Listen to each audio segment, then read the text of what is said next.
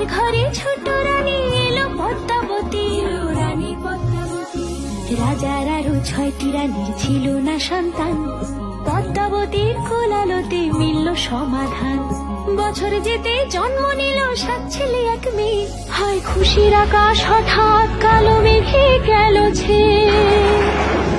হিংসেতে যায় জ্বলে পুড়ে বাকি 6টি রানী, যুক্তি করে ঘটায় ওরা 7 কুমারের হানি। সুযোগ মতো 7 ছেলেকে মাটিতে দেয় পুঁতে, বাঁচে একা পারুল ওরা পায় না তাকে ছুতে। ধাইমা বাজায় সেই মেয়েকে বড় করে তোলে, 7 ভাইকে পায় যে পারুল 7টে চাপা ফুলে। এত কিছুর পরেও রাজার বিপদ যে কাটে না, সূর্য নগরে সুখের সূর্য আর ওঠে না।